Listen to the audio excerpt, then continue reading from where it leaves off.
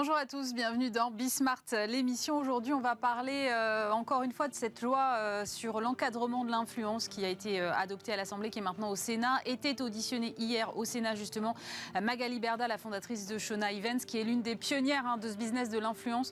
Donc, je vais faire un tour avec elle de cette loi pour essayer de comprendre un peu mieux quels sont les enjeux.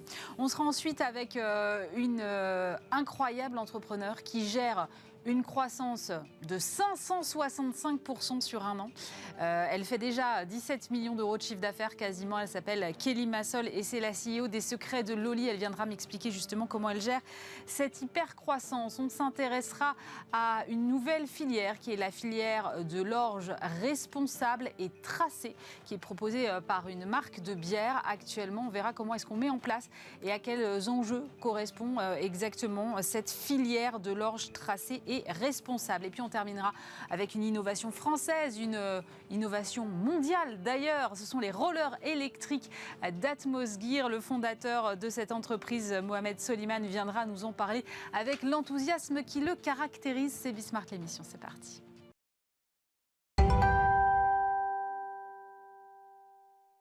Pour commencer cette émission, on va parler du business de l'influence, business qui, vous le savez, on en a déjà parlé plusieurs fois, est au cœur d'une loi en ce moment qui a été adoptée à l'Assemblée et qui arrive au Sénat. Et pour en parler, eh bien, je reçois la pionnière de ce métier de l'influence, Magali Berda, bonjour. Bonjour. Vous êtes la fondatrice de Shona Events, vous êtes aussi la fondatrice de la Fédération des influenceurs et des créateurs de contenu. On va revenir bien sûr sur cette fédération et sur la loi dont je viens de parler. Mais d'abord, je le disais, vous êtes la première en France à avoir identifié que derrière l'influence, derrière les réseaux sociaux, il y avait un potentiel de business. À quel moment vous vous êtes dit, voilà, il y a des métiers à faire, à créer derrière les réseaux sociaux? Mais il y avait un vrai vide en fait, parce que souvent les influenceurs à ce moment-là, notamment ceux issus de télé-réalité, c'est vrai, faisaient énormément de stories avec des millions de vues, mais souvent en échange de bons procédés, de produits, etc. Et moi, j'étais plutôt dans le business avant, donc là, je me suis dit, il y a un vide. Pourquoi on négocie pas? Si l'entreprise gagne beaucoup d'argent, il est normal que les influenceurs aussi en gagnent. Voilà, et donc je me suis un petit peu inspirée de ce qui se passait aux États-Unis et on l'a reproduit en France. Et du coup, à ce moment-là, vous fondez votre entreprise, mais je crois qu'il n'y a toujours pas... C'était il y a quand même... C'était en 2017. Oui, c'est ça, donc ça fait déjà 2016, un petit moment, 2016. 7 ans. Ouais. Et en fait, depuis 7 ans, il n'y a toujours pas eu de statut juridique légal créé autour de l'influence. Complètement, il n'y a jamais eu de statut légal. On a fait plusieurs demandes au ministère de l'économie pour être reçu, pour discuter des règles. Moi, j'ai fait même un appel à l'aide. Je lui ai écrit, j'ai besoin d'aide, on a besoin d'aide. Parce que ça a pris beaucoup d'ampleur, on a accompagné beaucoup d'entreprises et c'était pas structuré et on n'était même pas reconnu. Le terme influenceur à l'URSSAF n'existe même pas. Donc on ne peut pas demain dire, moi, mon métier, c'est influenceur et se déclarer à l'URSSAF en tant que tel, ça n'est juste pas possible. C'est ça, voilà. Il y a plein d'autres petites définitions, mais le terme influenceur, créateur de contenu, l'un ou l'autre, n'existe pas à l'URSSAF, il n'y a pas de code APE vraiment spécifique à ce métier-là. Du coup, comment vous travaillez avec les influenceurs aujourd'hui? Ils sont sous quel statut, entre guillemets? Soit en société classique, ils créent une société de communication. D'accord. Voilà. Soit, pour ceux qui sont en auto-entreprise, il y a d'autres termes qui s'apparentent à la com, comme ça, aux médias, tout ça, mais ça n'existait pas. Donc c'est vrai que moi, j'ai dit lors de différents entretiens que j'ai pu avoir avec des personnalités politiques que déjà, avant de taper sur un métier, parce que c'est vrai que le métier aujourd'hui d'influenceur est assez diabolisé en France, tristement, parce qu'au contraire, ça peut être porteur de beaucoup de choses. Mais déjà, avant de taper dessus, il faut déjà le créer, parce que... On a raté un épisode là, voilà, donc voilà. Non mais qu'on aime ou qu'on n'aime pas, en tout cas, ce métier, le fait est qu'il y a un business derrière et qu'il y a de la création de valeur. Bien sûr. Aujourd'hui, on parle effectivement, vous le disiez, des dérives. Est-ce que vous, il y a des choses qui vous avez déjà alertées, sur lesquelles vous étiez dit déjà, à un moment, tout ça prend trop d'ampleur, on est dépassé? Bien sûr, déjà en 2019, alors la première fois c'était en 2018, où on s'est fait avoir sur un site, par exemple, qu'on a promotionné et donc on s'est dit mince, mais comment, en fait il faut contrôler ça, parce qu'en fait on a pris sur le tas, donc Donc on a créé un service juridique où on a pris des juristes. Quelques temps après, on se rend compte que finalement, les gens qui sont malveillants sur Internet, ils sont bien plus puissants que ce qu'on peut penser. Donc on va accompagner les juristes d'avocats. Donc on a renforcé les équipes juridiques avec des avocats, avec des audits. Et puis petit à petit, on a évolué. Après, on a carrément arrêté certaines promotions parce qu'on s'est dit ça, c'est que des nids à problème, c'est que des soucis. Typiquement, il y a des secteurs sur lesquels vous n'allez pas ? Typiquement, oui. Alors, par exemple, l'alcool, nous, on n'y est jamais allé. Les cigarettes électroniques, on n'y est jamais allé. Le dropshipping, on y est allé, mais on a reculé après et on s'est dit, c'est un nid à problème. Voilà, et c'est triste parce que, c'est triste, c'est bien, mais c'est une belle évolution, un beau métier qui est porteur d'économie pour plein d'entreprises et qui permet à toutes les petites entreprises de démarrer et de se lancer. Mais il y a eu effectivement des inconvénients dans la mise en place de ce métier. Vous étiez hier auditionné au Sénat, justement dans le cadre de cette fameuse loi pour mieux réguler, mieux encadrer l'influence. Qu'est-ce que vous avez dit aux sénateurs ? La vérité, tout ce que je pensais.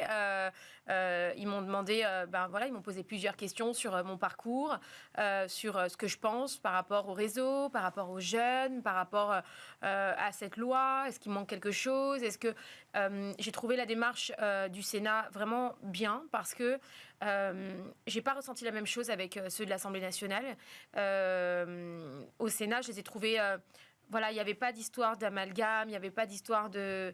Il y a des polémiques, il n'y a pas de polémique, c'est factuel, il y a ça. T'es très focus sur la loi, quoi. Oui, et puis, tu as un parcours, tu as une expérience. Nous, on veut savoir, par rapport à l'expérience que tu as sur le terrain depuis 7 ans, ce qui se passe, ce que tu penses, ce que tu conseilles, est-ce qu'il manque quelque chose ? C'était vraiment utile. Et c'est ce rendez-vous-là, bizarrement, que j'attendais peut-être depuis des années. Eh bien, c'est le Sénat qui a eu qui me l'a donné, donc j'étais vraiment contente. Alors justement, qu'est-ce que vous en pensez de cette loi ? C'était très professionnel. La loi, je trouve qu'elle est bien. C'est bien d'encadrer les choses, c'est bien de résumer. Il y a beaucoup de choses qui existent déjà dans le Code de la consommation. Mais cependant, c'est quand même bien de le recentrer, focus sur les influenceurs. Moi, j'aurais rajouté des formations obligatoires. Parce que je pense qu'il y a un problème de formation, très simplement, parce qu'il y a beaucoup de choses qui existent déjà dans le Code de la consommation, mais on ne va pas se mentir, les influenceurs, même moi, même les agences, ne connaissent pas forcément tous les points du Code de la consommation par cœur, puis la publicité, puis il y a plein de choses. Donc, c'est très bien de recentrer une loi sur les influenceurs, mais il manque cette formation qui va pouvoir...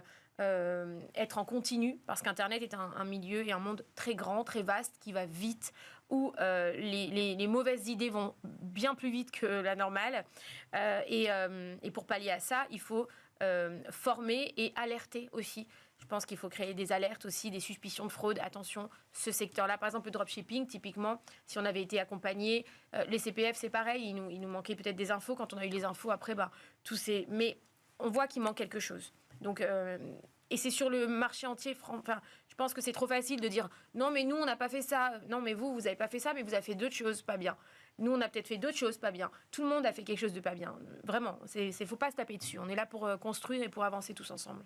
Qui pourrait justement dispenser ces formations ? Selon vous, ça doit être la responsabilité de qui ? Est-ce qu'il faut créer un organisme spécifique ? Je pense qu'il faut créer un organisme spécifique. La RPP existe aussi. Alors, ils font beaucoup de choses. L'autorité de régulation de la publicité. Voilà. Ils font déjà donc, le certificat d'influence responsable. D'influence responsable.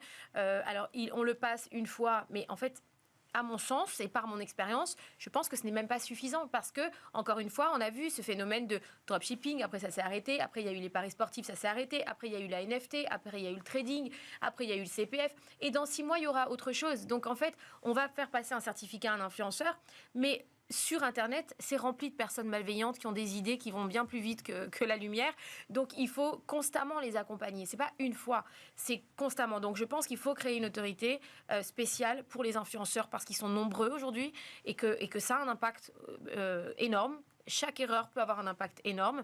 Donc, il faut contrôler ça et il faut vraiment être dédié aux influenceurs. Comme le fait la RPP avec la publicité télé. Quand vous vendez une publicité à la télé, elle n'est pas diffusée tant qu'elle n'est pas validée par la RPP. Ça prouve bien qu'il y avait des choses à faire, parce que sinon, ils ne seraient pas derrière eux. Je pense que les influenceurs, il faut aussi avoir quelqu'un comme ça qui qui nous brident et qui nous aident.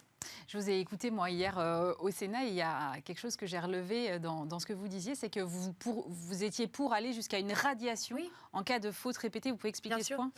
Je pense que si on forme les influenceurs, qu'on leur apprend, parce qu'un influenceur, c'est une personne qui vient de tout milieu, qui vient, et c'est ça aussi qui est joli, c'est la diversité, c'est que les réseaux sociaux, c'est la diversité, il y en a pour tout le monde, il y a de tout, voilà, il y a des bacs plus 10 comme des non-bacs, il y a vraiment de tout, et donc il y en a qui ont des connaissances plus fortes que d'autres, et c'est pas un jugement, parce qu'au contraire, c'est ça qui est magique, et c'est ça qui est fort.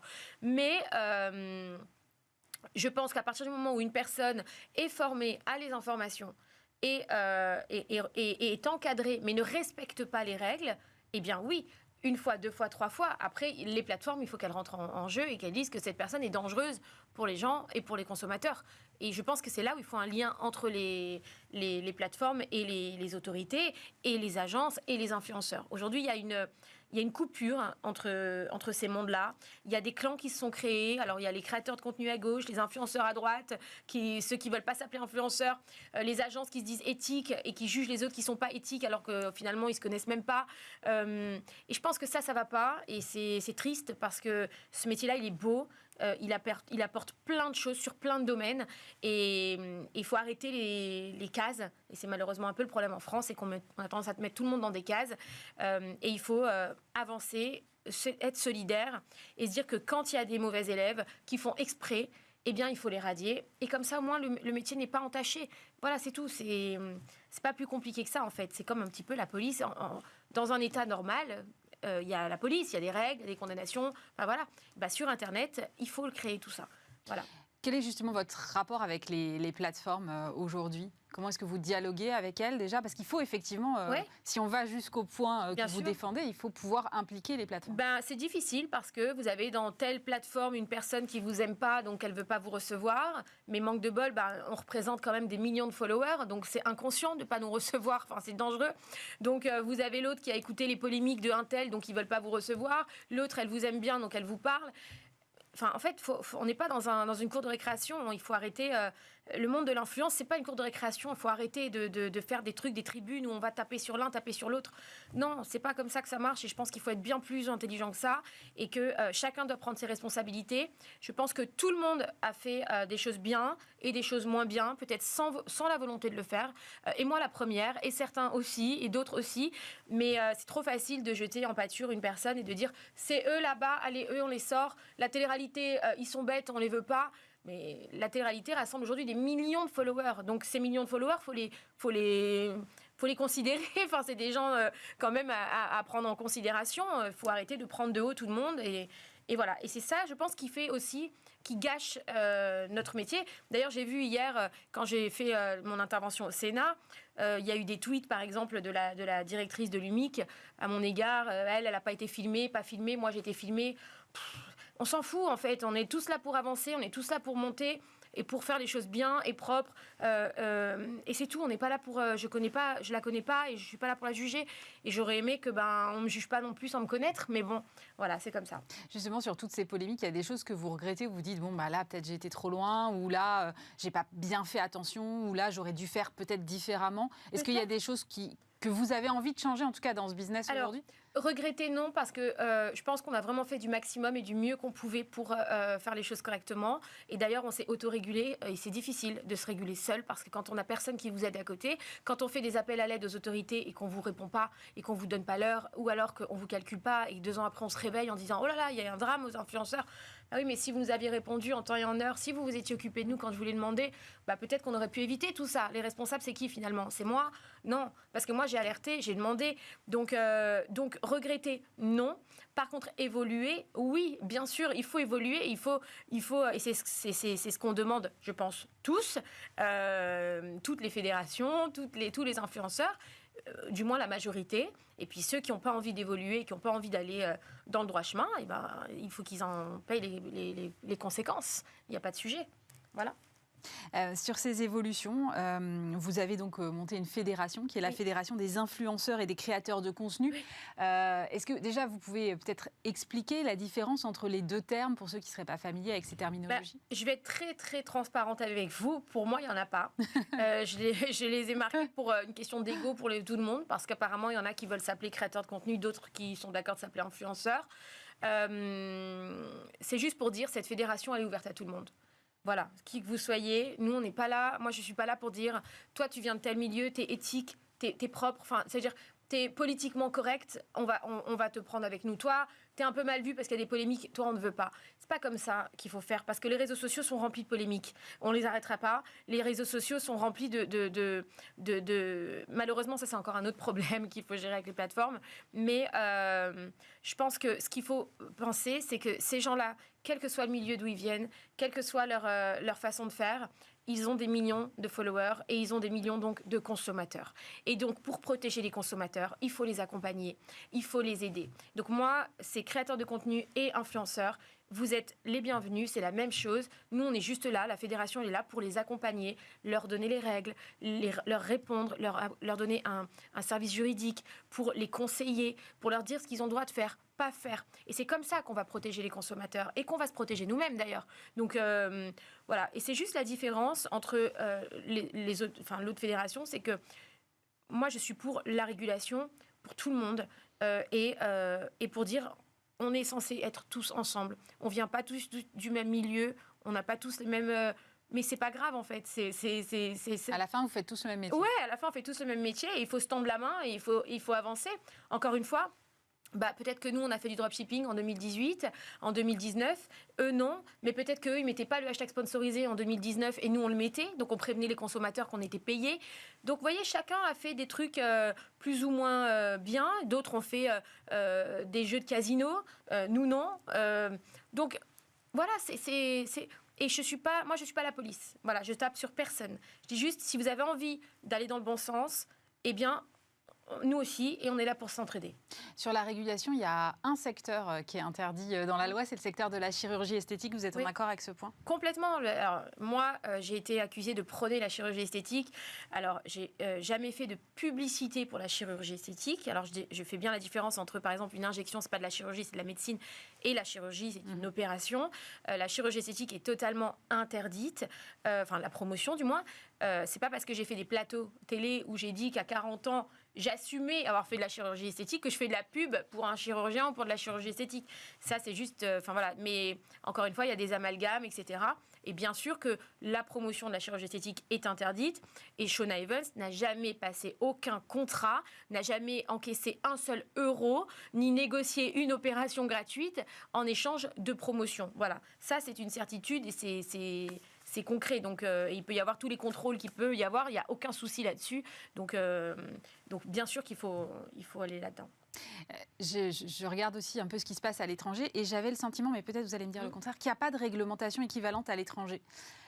Comment est-ce qu'on va faire quand on devra gérer des influenceurs étrangers qui pourront faire la promotion de produits qui, en France, sont interdits pour les influenceurs français? On va s'adapter, on va se renseigner auprès des avocats, on va poser des questions et on fera ce qui est possible de faire. On s'adaptera, voilà, si c'est possible on le fera, si c'est pas possible on le fera pas. Il faut regarder quoi? Il faut regarder la domiciliation entre guillemets de l'influenceur, c'est-à-dire s'il est en France ou pas, ou il faut regarder plutôt sa communauté, savoir à qui il s'adresse. Je pense qu'il faut regarder la communauté Et on a des moyens de savoir ça? Oui, bien sûr. Sur les réseaux sociaux, vous avez des statistiques. Donc, vous voyez le pourcentage par pays d'abonnés. Voilà, donc vous avez des influenceurs qui ont 80% d'abonnés français. On sait très bien que quand ils parlent, ils vont s'adresser à des Français. Et puis, il y a aussi l'agence. Si l'agence est en France, je pense qu'elle doit être aussi liée aux règles françaises. Voilà, après, on ne peut pas demander à une agence, je ne sais pas, une agence... allemande de s'adapter aux règles françaises si elle s'adresse à des influenceurs allemands. Bien sûr, si elle s'adresse à des influenceurs français, les influenceurs français doivent respecter le droit français. Donc, mais si une agence allemande s'adresse à un influenceur allemand, ça c'est chacun... Chacun chez soi. Chacun chez soi, hein, on en a déjà assez ici à gérer, là, des problèmes. Donc, Vous parliez de ces polémiques qui vous ont fait perdre, je crois, divisé par 3, je crois, votre chiffre d'affaires. Non, c'est pas les polémiques. En fait, ça, c'est une phrase que j'ai dite qui a été mal, encore une fois. C'est l'occasion, allons-y. Voilà. C'est qu'en fait, c'était l'année dernière, à complément d'enquête, où j'ai dit on n'a pas eu peur chez Shona Evans, de 2019 à 2020 et de 2020 à 2021, à diviser le chiffre d'affaires en refusant des sites avec notre propre régulation. C'est-à-dire que nous, on a dit voilà, ces sites-là, on arrête, ça, on arrête, ça, on arrête, ça, on arrête. Forcément, on gagne moins d'argent. C'est logique, puisqu'on arrête. Mais c'est un choix qu'on a fait. C'est-à-dire que nous, on a eu des tonnes de propositions, plusieurs centaines de milliers d'euros de promotion, de budget com, qu'on a refusé parce que notre juriste nous a dit ça, c'est pas bon. Alors, on les a retrouvés chez les concurrents, mais au moins, chez nous, ils n'y étaient pas. Donc, on a accepté et on a fait ce choix de diviser notre chiffre d'affaires en 2 ou en 3, suivant l'année, parce qu'on est devenu beaucoup plus rigide, beaucoup plus strict, parce qu'on s'est auto-régulé. Et c'est ça que j'ai expliqué, c'est pas du tout les polémiques. Voilà. Après, la polémique de cette année, donc liée au cyberharcèlement que j'ai eu, bien évidemment, m'a empêché de travailler pendant plusieurs mois et m'a empêché, encore c'est normal. Donc voilà, c'est 2 choses différentes. Mais quand je me suis exprimée sur la baisse de mon chiffre d'affaires, c'était vraiment... Dans ce cadre-là. Voilà. Et du coup, aujourd'hui, vous avez repris votre indépendance. Vous étiez auparavant au sein d'un plus grand groupe. Oui.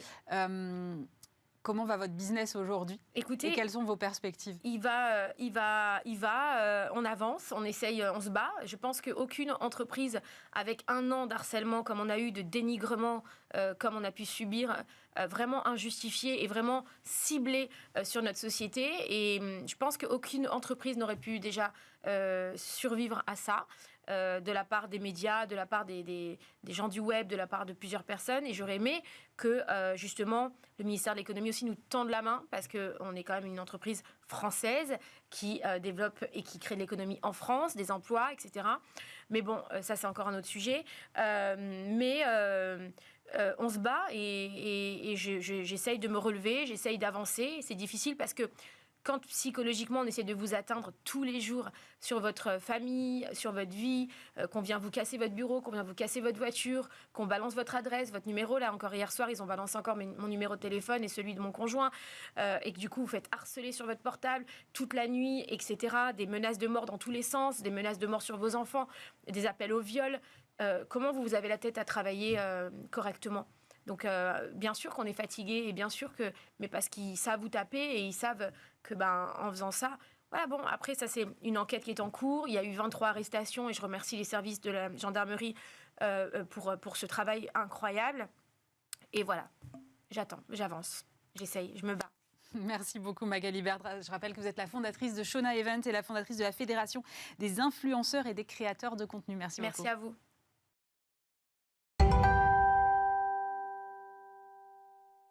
Et on va parler hypercroissance en compagnie d'une jeune femme que j'ai déjà reçue il y a 2 ans, Kelly Massol, bonjour. Bonjour. Vous êtes CEO des Secrets de Loli, c'est une marque de produits capillaires pour les cheveux non lisses. Et donc c'est vrai, je vous ai reçu il y a 2 ans. Et vous étiez déjà sur une belle trajectoire, mais je dois dire que je suis quand même assez bluffée par, 1, votre accélération, et 2, le fait que vous avez l'air de gérer cette hypercroissance en toute tranquillité et de faire systématiquement les bons choix. Donc je me dis, mais à quoi vous carburez ? En tout cas, la good vibe, ça c'est sûr. Et puis, le slogan de la marque, c'est Always with Love. Donc, tant qu'on fait les choses par amour, tout se passe bien. Alors, vous avez réalisé en 2022 16 millions d'euros de chiffre d'affaires, en hausse de, tenez-vous bien, 565%. Pas mal pour une entrepreneur qui a débuté dans sa cuisine quand même. Oui, effectivement, j'ai débuté avec 1 500 euros dans ma cuisine. Et aujourd'hui, on a une très belle entreprise qui a fait presque 17 millions d'euros de chiffre d'affaires l'année dernière. Une équipe qui grandit. On subit effectivement une hyper croissance, mais c'est ce qu'on cherchait. On cherchait le scale déjà à l'époque il y a 2 ans. Et donc, on applique simplement ce qu'on a dit qu'on allait faire. Et c'est aussi simple que ça, on applique ce qu'on a dit qu'on allait faire. Ça a l'air hyper facile quand vous le dites, moi je veux bien, mais je reçois beaucoup des entrepreneurs, ils ne font pas tout ce que vous faites. Je pense sincèrement que prévoir, la prévision est très importante et la structuration pour se préparer à ce qu'elle est très importante. Il ne faut pas subir la croissance, il faut la stimuler, aller la chercher et ensuite tout simplement la contrôler. 500% de croissance, ça paraît énorme, 560%, mais c'est exactement le prévisionnel à l'euro près que j'avais prévu il y a 2 ans. Sérieusement? Oui. Et tout comme cette année. En fait, chaque année, le prévisionnel est respecté, ce qui nous permet de gérer les stocks, gérer une équipe, le recrutement, etc., etc. Il faut vraiment se préparer au SCAL. Et dans ces cas-là, ça passe par la structuration, avoir une équipe qui peut absorber effectivement ce genre de pic de croissance. Mais ça veut dire aussi, moi, je vends des produits. Donc, ça veut dire qu'un an à l'avance, je suis censée prévoir mes stocks. Donc, à l'euro près, on maîtrise aussi ses stocks et donc son fonds de roulement. Donc oui, les 560% de croissance, c'est exactement ce que je voulais. Je suis ambitieuse, très ambitieuse. L'année prochaine, ce sera encore une croissance à plus de 2 chiffres. Mais en prévoyant un bon prévisionnel, on peut maîtriser sa croissance et son hypercroissance. Comment vous faites vous avez une boule de cristal pour mesurer à l'euro près? Parce que c'est très impressionnant, vous vendez des produits, donc comment vous pouvez dire un an à l'avance, tel produit va se vendre à X% et puis là, je vais vendre tant de je sais pas quoi? C'est là où on gère non seulement ses stocks, mais c'est là aussi où on gère sa communication, tout simplement. C'est là aussi où on gère ses partenaires commerciaux, à laquelle on va aller chercher éventuellement et sécuriser des contrats avec des contrats et des engagements d'achat, ce qui permet justement de prévoir la grosse partie du stock. Et ensuite, on est en train d'aller chercher de la croissance avec des nouveaux marchés. Et donc là, on se dit qu'on veut 20% de croissance sur ce marché-là, qu'on va mettre telle ou telle action en place, et ce qui nous permet de prévoir le stock, mais aussi les actions commerciales qui vont avec. Non, tout est ultra calculé. Ça a l'air hyper droit, et à la fois, on fait ça dans la joie et la bonne humeur, et parfois, on fait tout un peu dans n'importe comment. Ça arrive, mais le but, c'est que ce soit fait dans une énergie super positive. Vous avez ouvert votre capital il n'y a pas très longtemps, un fonds d'investissement franco-américain. Qu'est-ce qui a motivé cette ouverture de capital et comment vous avez fait le choix du fonds? Parce que c'est quand même très important de s'associer au bon fonds quand on est entrepreneur. Alors, il faut revenir quand même sur la genèse, c'est-à-dire que la marque, elle, a été en autofinancement depuis 2009. Donc, chaque bénéfice avait été réinvesti dans l'entreprise. Et puis, l'année dernière, je ne sais pas, j'ai senti le vent tourner. J'ai senti que j'avais beaucoup de succès. J'ai senti aussi que les petits et les gros, en fait, je leur ai ouvert les yeux sur un marché qui était considéré comme une niche par les grands, mais finalement qui était un boulevard, puisque 6 personnes sur 10 dans le monde n'a pas les cheveux raides, ce qui donne une profondeur de marché assez incroyable. Donc je sentais que je pourrais être fragilisée à la fois par les plus petits, qui eux sont agiles, et c'est tout le bénéfice d'être petit. Et vous êtes passé par là, donc vous savez. Exactement. Et les plus gros qui, eux, avaient une force de communication incroyable. Donc, je me suis dit que c'était le bon moment. Je me suis sentie en confiance. On était sur une belle croissance. Et je pense qu'il faut aller chercher des fonds, non pas lorsqu'on en a besoin, mais lorsqu'on n'en a pas besoin. Et c'est comme ça, finalement, que lever des fonds, ça n'a pas été possible pour moi parce qu'on est une entreprise rentable.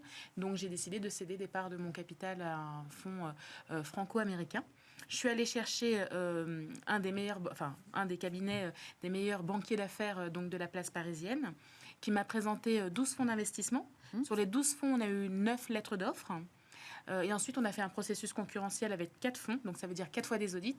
Il faut aussi avoir une entreprise qui peut travailler sans moi pendant ces mois d'audit, donc avoir un current trading qui reste, lui, stable. Ouais.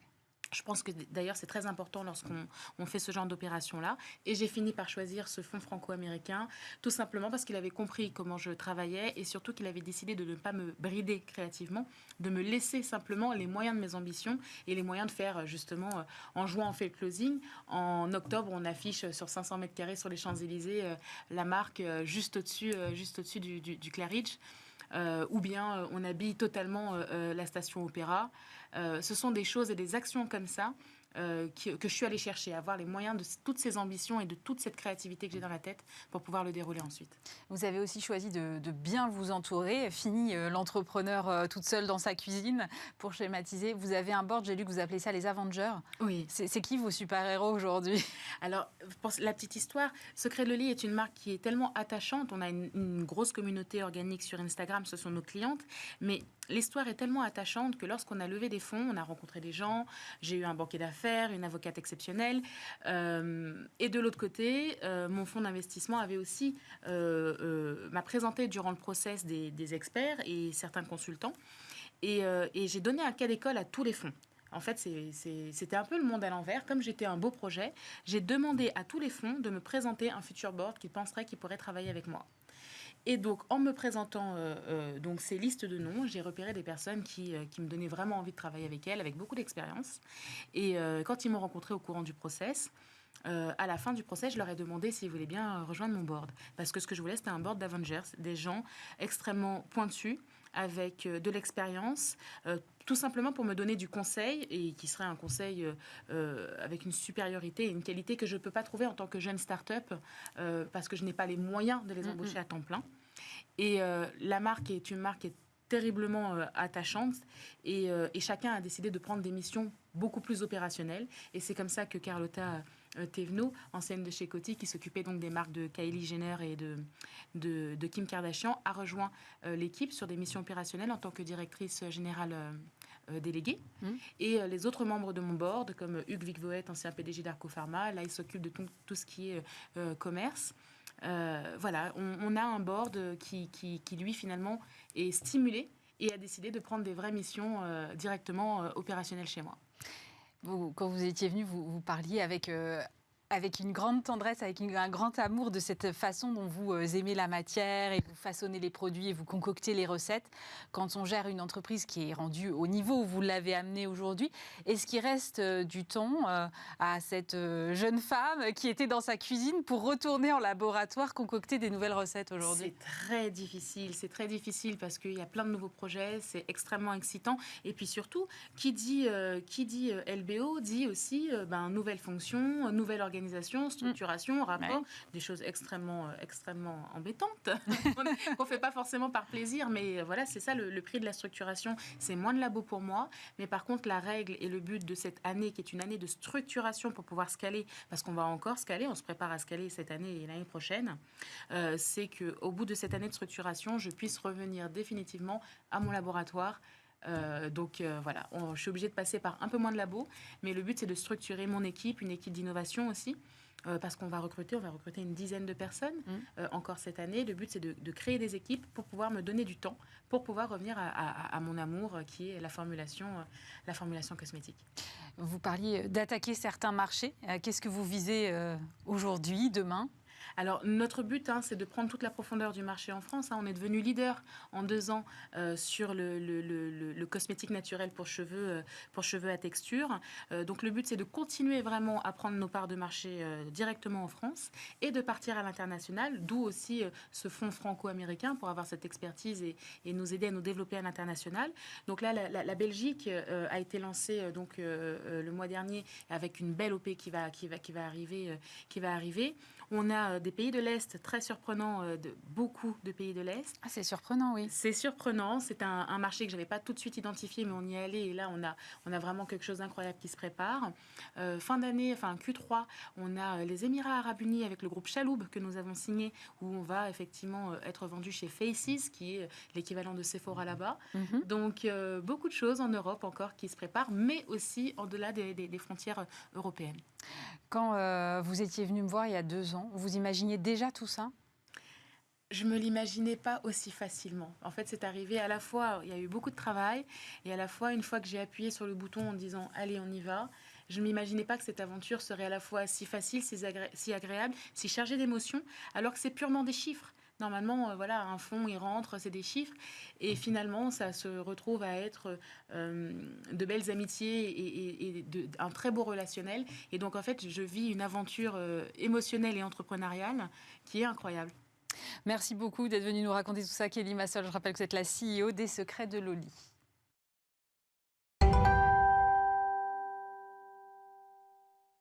Et j'accueille maintenant Agnès Dantonnet. Bonjour. Bonjour. Vous êtes directrice des affaires publiques et du développement durable chez Cronenbourg, brasserie française qui appartient au groupe InVivo. C'est 25% du marché de la bière en France, c'est ça ? Quelque chose comme ça ? Oui, quasiment, mais la brasserie Cronenbourg appartient au groupe Carlsberg. D'accord. Et c'est Carlsberg qui fait 25%? Et en fait, Cronenbourg en France occupe à peu près 25% du marché de la bière. Absolument. C'est ça. Donc on va rappeler quand même avant toute chose que La bière et l'alcool sont à consommer avec modération, mais ce qui nous intéresse, c'est qu'il y a l'une de vos marques, puisqu'il y a effectivement plusieurs marques, dont 1664, donc, qui met aujourd'hui en avant une filière d'orge responsable tracée en France. Donc moi, je voudrais bien comprendre ce que c'est concrètement qu'une filière responsable et tracée. Alors peut-être juste avant de répondre précisément à cette question, donc effectivement la marque 1664 est la première marque du portefeuille de Cronenbourg et représente environ 10% du marché de la bière en France. Quand on parle de filière d'orge responsable tracée, en fait tout l'enjeu qu'on a eu, c'était de regarder quel poids aujourd'hui qu'elle représentait l'agriculture, d'abord dans notre empreinte carbone et plus globalement, je pense que le sujet crucial, c'est de quelle agriculture a-t-on besoin pour continuer à assurer la durabilité de toute notre filière d'approvisionnement dans un contexte de réchauffement climatique, dans un contexte aussi de paupérisation du revenu des agriculteurs. Donc en fait, c'est vraiment à l'origine, ce sont ces questions qu'on s'est posées. Et on a travaillé pour cela avec le fournisseur de Cronenbourg, donc qui est effectivement le groupe Soufflé, qui est notre fournisseur depuis plus de 30 ans. En essayant de construire avec eux un nouveau modèle, donc qui ne s'oppose pas forcément aux pratiques anciennes. Je pense que c'est très important quand on parle de pratiques agricoles de jamais opposer les modèles. On pense aujourd'hui qu'il y a des choses qui doivent évoluer et qu'il y a des agriculteurs qui ont déjà engagé une transition de leurs pratiques pour aller vers moins d'intrants chimiques, pour préserver la biodiversité des sols, pour réduire l'empreinte carbone liée à l'exploitation des parcelles agricoles. Donc en fait, on est vraiment parti de là. Et avec Soufflé, qui avait déjà une expérience sur une filière blé, on leur a demandé s'il était possible de construire une filière autour de l'orge, sachant que pour la première marque de notre portefeuille, l'enjeu que nous on avait, c'est d'avoir un impact maximum. Quand tout à coup vous arrivez à entraîner quasiment 10% du marché de la bière sur une filière d'orge, et ben, ça veut dire que l'impact, vous êtes vraiment en train de le construire. Donc, sur quoi on s'est intéressé? En fait, sur des pratiques dites agroécologiques. L'agroécologie, en fait, c'est un principe, donc on ne va pas forcément rentrer dans le détail.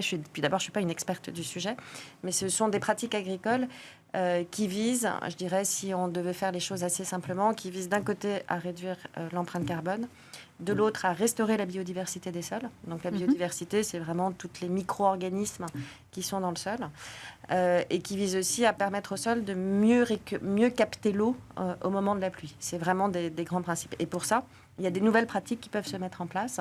Je vais vous en citer quelques-unes, comme par exemple d'avoir ce qu'on appelle du paillage, c'est-à-dire que vous recouvrez les sols. Il y a aussi des rotations de cultures qui sont privilégiées. Pour introduire de la biodiversité, ça peut être de mettre en place des nichoirs. Donc il y a tout un ensemble de pratiques agricoles qu'il faut mettre en place, qui nécessitent des investissements et du coup qui se construisent, je dirais, dans la durée. Et surtout aussi, ce qui est intéressant, c'est que la démarche est très pragmatique. C'est-à-dire que, en fait, l'agriculteur, c'est celui qui sait le mieux ce qui correspond à son sol et ce qu'il peut faire ou pas. Donc, l'enjeu aussi, c'est d'accompagner et d'être vraiment dans une démarche de progrès continu. Donc, c'est pour ça qu'on a démarré donc, pour les cultures 2023, donc avec les premières plantations en 2022, et qu'on s'est fixé pour objectif d'arriver à 100% d'orge pour 1664 issus de ces pratiques agroécologiques en 4 ans, c'est-à-dire à horizon 2026. Donc on a commencé avec 45 agriculteurs pour monter jusqu'à 250 agriculteurs en 2026. Et en 2026, on aura couvert environ 5000 hectares, 25 000 tonnes d'orge. Et donc une filière tracée, c'est que derrière, on permet en fait aux consommateurs, via une application, de télécharger le QR code et de pouvoir remonter en fait jusqu'à la zone où l'orge a été cultivée. Mais est-ce que ça va aller jusqu'au champ? Est-ce que je vais savoir dans quel champ Alors, on ne va pas jusqu'à la parcelle.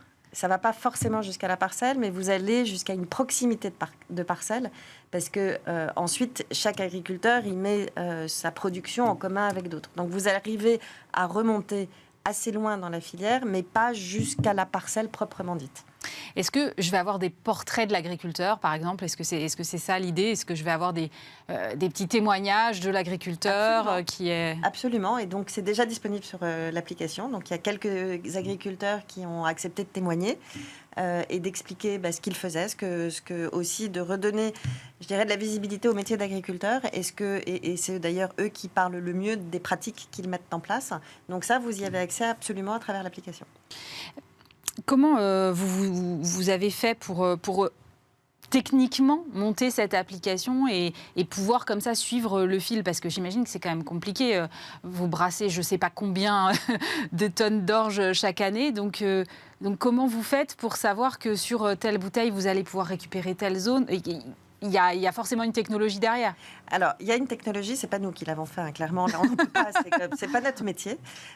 Donc, on s'est appuyé sur une technologie qui nous a été proposée par le groupe Soufflé, qui s'appelle Crystal Chain, et qui, alors après, très sincèrement, je n'ai pas l'expertise pour rentrer vraiment dans le détail digital qui permet de faire ça. Mais aujourd'hui, vous avez la capacité, en tout cas, d'isoler des lots. Et en fait, c'est pour ça que dans l'application, vous devez entrer un numéro de lot. Parce qu'en fonction de là où vous êtes, où votre bière, vous allez l'acheter, la bière ne va pas être fabriquée à partir du même orge que si vous avez acheté votre bière ailleurs. Donc en fait, vous rentrez votre lot, et ensuite, c'est tout le système de la traçabilité qui permet de remonter jusqu'à l'exploitation. J'ai bien dit l'exploitation et pas forcément la parcelle où l'orge a été cultivée. Donc ça, c'est des technologies qui sont en train de se développer, qui sont effectivement très nouvelles. Donc là, on a lancé nos packaging il y a maintenant, c'est en cours de déploiement. Mais effectivement, vous êtes obligé de vous appuyer sur des experts en matière de digital. Vous avez dit que vous souhaitiez monter jusqu'à 100% en termes de traçabilité. Comment est-ce que vous allez faire ça? Parce que vous avez donné un chiffre tout à l'heure que j'ai pas retenu, hein, sur le 245, je crois, sur le nombre des... 250. Voilà, sur le nombre d'agriculteurs. Ouais. Comment vous les entraînez avec vous? Comment vous les motivez sur ces questions-là aujourd'hui? En fait, donc encore une fois, c'est le groupe Soufflé qui a la relation directe avec les agriculteurs. Ce que eux vous disent, et on a aussi eu des échanges avec certains agriculteurs, c'est que déjà certains se sont engagés eux-mêmes, plus alors parfois pour des raisons de conviction, que les pratiques vont devoir évoluer de toute façon, et qu'on est en train de redéfinir de nouveaux standards. Il y a un gros focus aujourd'hui qui est donné sur le lien entre pesticides, perte de biodiversité. On n'arrête pas, c'est dans l'actualité, mais le manque d'eau. Donc on voit bien de toute façon aujourd'hui que pour que l'agriculture continue à nourrir la population, il y a des pratiques qui doivent évoluer. Ça prendra du temps. Donc il y a des agriculteurs qui eux-mêmes ont déjà fait on va dire le chemin. Donc en fait, c'est pas tellement... l'enjeu est pas tellement de les convaincre, parce qu'il y en a en fait pas mal qui sont contents en fait de pouvoir avoir des débouchés, parce qu'en fait le gros sujet dont on parle, c'est aussi celui à un moment donné du coût de la transition et qui finance, parce que forcément quand vous adoptez des nouvelles pratiques, vous devez aussi investir dans de nouveaux équipements. Parfois accepter une perte de rendement aussi. Il peut y avoir des pertes de rendement, absolument, et que tout ça a un surcoût. Et toute la question, c'est qui doit financer le surcoût? Jusqu'où, en fait, comment on construit en fait une chaîne de valeur qui permet de prendre en charge le surcoût?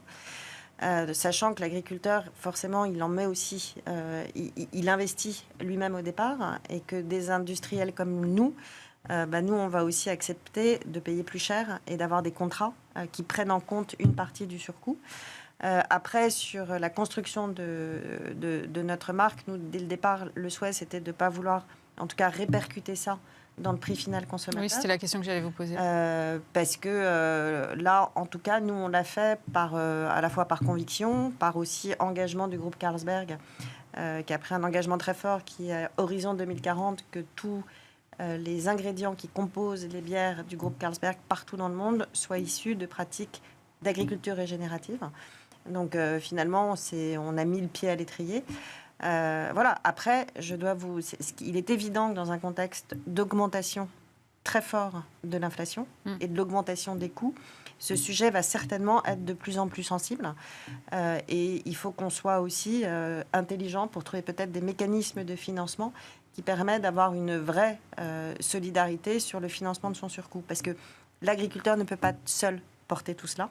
Donc chaque maillon de la chaîne doit être investi dans cette transition des pratiques agricoles.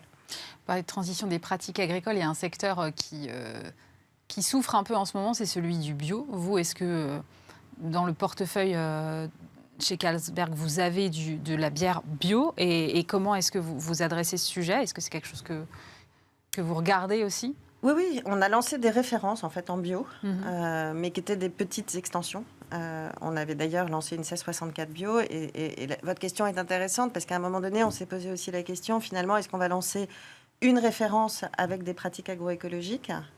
Et en fait, la décision qu'on a prise, c'est de faire cette transition sur l'intégralité de la marque et non pas de sortir une référence spécifique. Nous, la conviction qu'on a, c'est que les standards sont en train de changer. Le bio répond à un cahier des charges. Avec une transition qui, pour le coup, est beaucoup plus longue.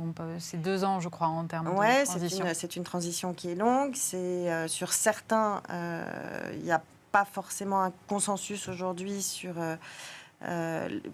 toutes les pratiques qui sont issues de l'agriculture biologique. Une des questions, c'est notamment la substitution de pesticides chimiques par des pesticides qui seraient plus naturels. Je pense que nous, ce qui nous intéresse, et encore une fois, ce qui est fondamental, c'est de jamais opposer les modèles. Nous, ce qui nous intéresse dans les pratiques agroécologiques, c'est que déjà, vous n'êtes pas enfermés.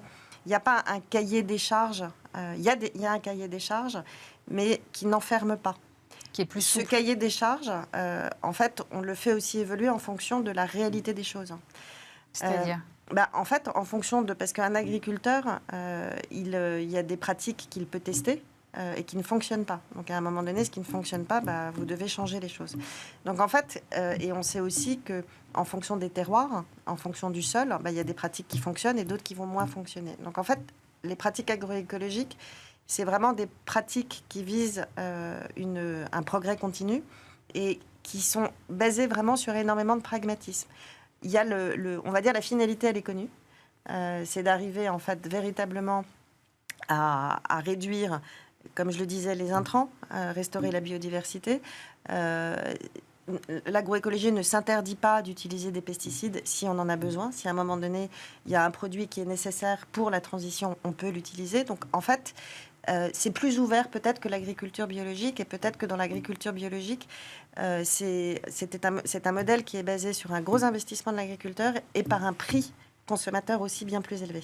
Et en fait, la question qui s'est posée aujourd'hui avec l'inflation, c'est qu'à un moment donné, le bio, comme il est beaucoup plus, ça coûte plus cher d'acheter bio que d'autres produits, il y a aussi eu l'impact de l'inflation qui est passé par là.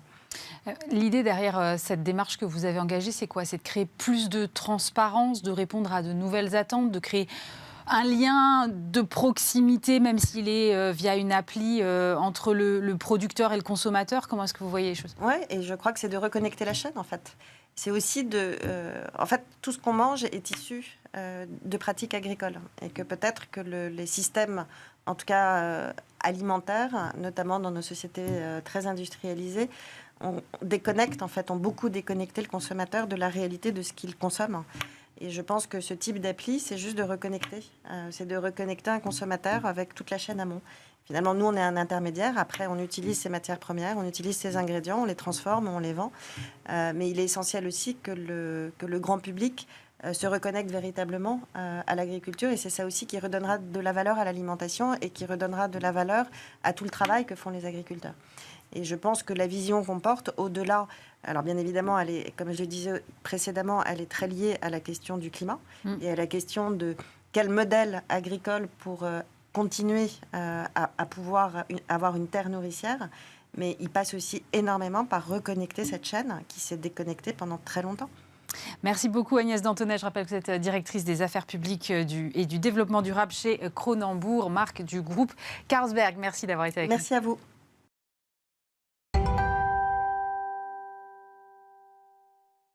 Et on va terminer avec une innovation française aujourd'hui, puisqu'on va parler de roller électrique, première mondiale française, avec Mohamed Soliman. Bonjour. Bonjour. Vous êtes le fondateur d'Atmosgear. D'abord, comment est née cette idée de créer des rollers électriques? Atmosgear, en fait, c'est un clin d'œil au manga de mon enfance qui s'appelait Air Gear. Donc, c'est un manga qui est sorti dans les années 2000. En fait, vous aviez des personnages qui se déplaçaient en roller électrique à Tokyo. Et en fait, ce qui était assez fou, c'est qu'à cette époque-là, il n'y avait rien d'électrique qui existait. Et moi, j'ai vu ça avec mes yeux de gosse et je me suis dit, mais c'est incroyable, il faut absolument que j'ai ma paire. Et de fil en aiguille, en grandissant, je me rendais compte qu'il n'y avait toujours pas de roller électrique sur le marché. Et en fait, j'en ai eu marre d'attendre. Il y avait des trottinettes électriques, des skateboards électriques. J'étais jaloux, quoi. J'étais jaloux, je me disais pourquoi il n'y en a que pour eux. Et je me suis dit, tu sais quoi, tu vas le faire toi-même. Et du coup, vous avez fait des études pour ça? J'ai fait des études pour ça, ouais. Je suis devenu, donc, premier objectif sur ma liste, c'était de devenir ingénieur. Mais c'est dingue. Donc j'ai de fil en aiguille, donc je suis allé en lycée scientifique, puis en prépa, puis en école d'ingénieur. Et puis je me suis lancé dans l'entrepreneuriat. Et ouais, j'ai vraiment dédié la moitié de ma vie à ce projet-là. Et en fait, ce qui est assez fou, c'est que j'ai réussi. Même pendant que j'étais dedans, à chaque fois, je regardais, je faisais beaucoup de veille sur Internet. Je me disais, mais il y a forcément des gens qui vont le sortir. Et auquel cas, forcément, je serais un petit peu dégoûté parce que je voulais être celui qui serait à l'origine de l'invention. Et aujourd'hui, c'est le cas et c'est juste fou, quoi. Mais moi, j'y connais rien en roller, pardon. Mais à quoi ça sert d'avoir de l'électrique sur des rollers? Parce que le but, c'est quand même de patiner et de donner un peu de soi-même, non, quand on fait du roller? En fait, l'objectif avec Atmosgear, déjà, la première chose, c'est de remettre le roller au goût du jour. Le roller était très à la mode dans les années 80-90. C'était vraiment le truc. Tu faisais du roller, tu avais la classe. Et ça s'est un petit peu perdu. Et en fait, l'avantage de l'électrique, c'est que ça va permettre de faire sortir le roller de l'endroit dans lequel il est un petit peu coincé depuis des années, c'est le loisir. En fait, aujourd'hui, les gens qui ont des rollers, 80-90% vont l'utiliser pour le loisir, pour le fitness, pour les balades, pour le sport. Mais seulement 10%, peut-être voire même moins, l'utilisent pour aller au travail. Et l'avantage justement de l'électrique, c'est qu'en fait, ça va permettre d'aller plus loin, plus vite, en fournissant moins d'efforts et surtout sur de plus grandes distances. Donc l'ambition en fait d'Atmosgear, c'est de permettre à tous les gens qui ont des rollers de les motoriser pour aller vraiment sur tous les trajets du quotidien et pas juste le loisir. Mais vous devez avoir eu un défi de taille qui est la batterie, parce que c'est pas très gros des rollers, donc la batterie, elle est où là-dedans? Donc en fait, la paire de rollers électriques Atmosgear, c'est une paire de rollers normale. C'est-à-dire qu'en fait, là, je peux les enfiler, les utiliser comme des rollers normaux. À l'intérieur, en fait, de la roue centrale, ça, c'est la seule roue qui est spéciale. En fait, c'est une roue motorisée. Et ça, c'est le premier défi technologique qu'on a eu. Il y avait 2 défis, le moteur, la batterie. Et ça, c'est le moteur le plus petit et le plus puissant au monde qui s'intègre dans une roue de roller. C'est ce qui nous a pris le plus de temps à développer. Et en fait, en faisant le choix de mettre que le moteur dans les rollers, on a déporté la batterie pour que le roller soit le plus léger possible. Parce que ce qui est le plus important, en fait, quand vous êtes en roller, c'est la légèreté. C'est d'être très maniable. Tout à l'heure, vous me posiez la question de l'intérêt par rapport à l'électrique sur une paire normale. On n'est pas là pour remplacer le roller, on est là pour amplifier, faciliter la pratique, l'accès à la pratique. Et en fait, la batterie, elle est dans une petite sacoche qu'on vient mettre juste au dos. Donc, hop, juste ici. Et donc la sacoche, on remet un petit peu la banane à la mode. On vient mettre la sacoche au dos.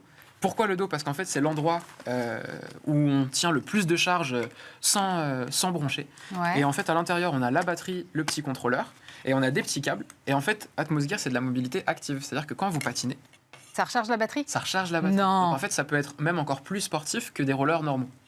Voilà, donc c'est régénératif. Donc vous pouvez recharger la batterie. De base, sur le kit, vous avez 20 km d'autonomie pour 25 km/h en vitesse maximale. Mais du coup, en rechargeant, vous pouvez gagner plus. Vous pouvez monter à 25, voire même 30 km d'autonomie. Et comment vous reliez la batterie au moteur alors? En fait, on a un petit câble qui est juste ici.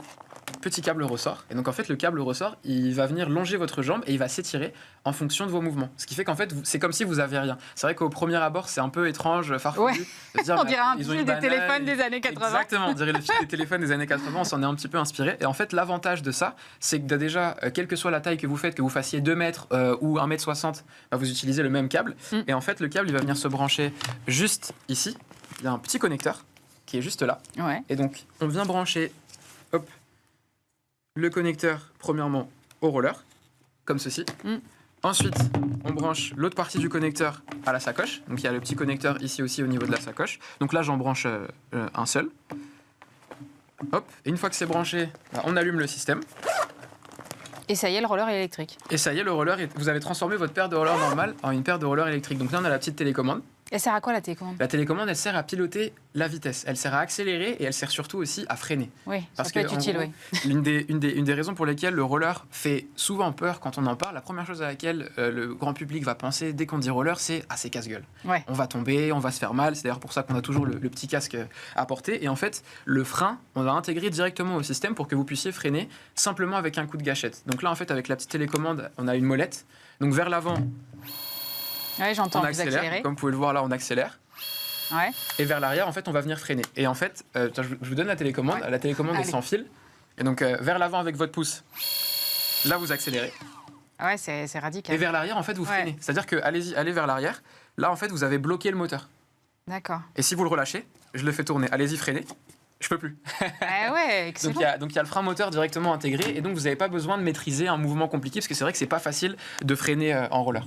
Mais je vois bien que c'est une super innovation technologique, mais ça vous a pris combien de temps de développer tout ça? Ça nous a pris environ... j'ai commencé à travailler sur le projet Atmosgear en 2018, en parallèle de mes études. Aujourd'hui, on est en 2023. Donc au total, ça nous aura pris 4 ans de R&D. Donc avec 3 ans vraiment de recherche et développement intense pour miniaturiser la technologie. Donc réussir à avoir un moteur petit qui rentre dans une roue de roller et à déporter la batterie. Parce qu'en fait, la première version, la batterie était dans le roller. On s'est dit, on va faire comme tous les autres. Le vélo électrique, la batterie est sur le châssis. Dans un skateboard, elle est sous la planche. Et en fait, on s'est rendu compte que le roller était beaucoup trop lourd et on a dénaturé la pratique. Effectivement, c'était que des rollers électriques. C'était plus des rollers, donc on perdait le plaisir. Et donc après ces 3 années de R&D, on a fait 1 année de tests intenses. Le petit maillot que je porte, il y a plein de petits logos. Il est très coloré. C'est parce qu'en fait, on a fait un Tour de France. Et donc ce Tour de France, on a représenté plein de gens qui nous ont soutenus sur le projet. Et on a rencontré plus de 1000 personnes dans 22 villes différentes en seulement 2 semaines. Parce que moi, j'aime bien tout faire rapidement sur Atmosgear. L'idée, c'était quoi? C'était de faire des tests C'était de faire tester les rollers à un maximum de patineurs, quel que soit leur niveau, des amateurs, des professionnels, des sportifs, des assos, quels que soient les âges. On a aussi bien des jeunes de 16 ans que des seniors, des anciens patineurs qui ont plus de 60 ans, qui n'avaient pas patiné depuis 20 ans, qui en ont fait. Et en fait, c'est grâce à leur retour que justement, on a pu développer la version finale. Alors, la version finale, c'est donc celle-là? Exactement.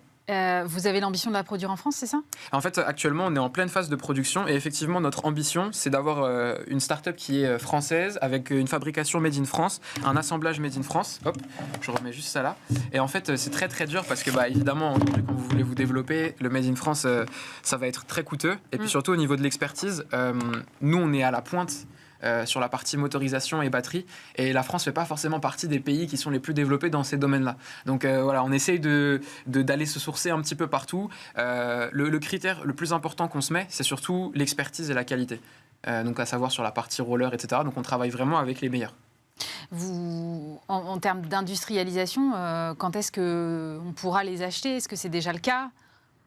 C'est déjà le cas. Donc actuellement, les rollers ils sont en train d'être produits. Donc là, on est en train de produire 500 paires et on a financé une partie de la production grâce à notre communauté.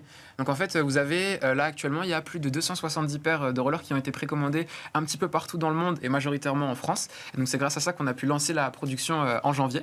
Donc là, au moment même où on parle, il y a toutes les petites pièces détachées qui sont en train d'être fabriquées, les moules, tout est prêt. Et normalement, la livraison, elle est prévue pour fin mai, début juin. Donc un petit peu partout. Donc normalement, cet été. Vous allez voir plein de gens comme ça, avec des sacoches et des rollers électriques en train de patiner en ville.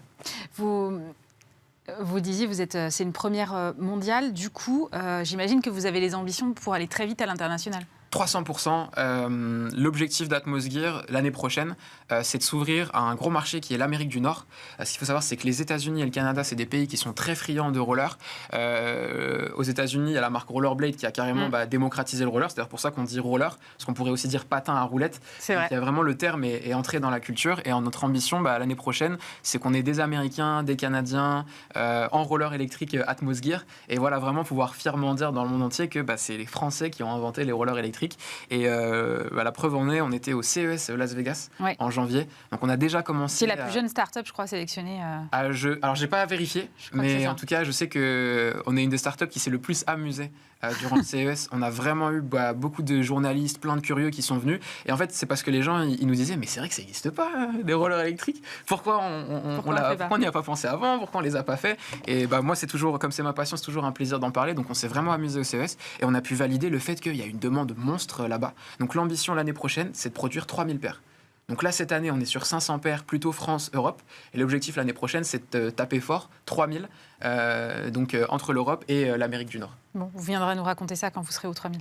J'espère, avec grand plaisir. Merci beaucoup, Mohamed Soliman, fondateur de Atmosgear. C'est la fin de cette émission. Merci de nous avoir suivis. Évidemment, on se retrouve la semaine prochaine. Dès lundi, vous retrouvez Stéphane Soumier, même lieu, même heure. Passez un très bon week-end sur Bismart.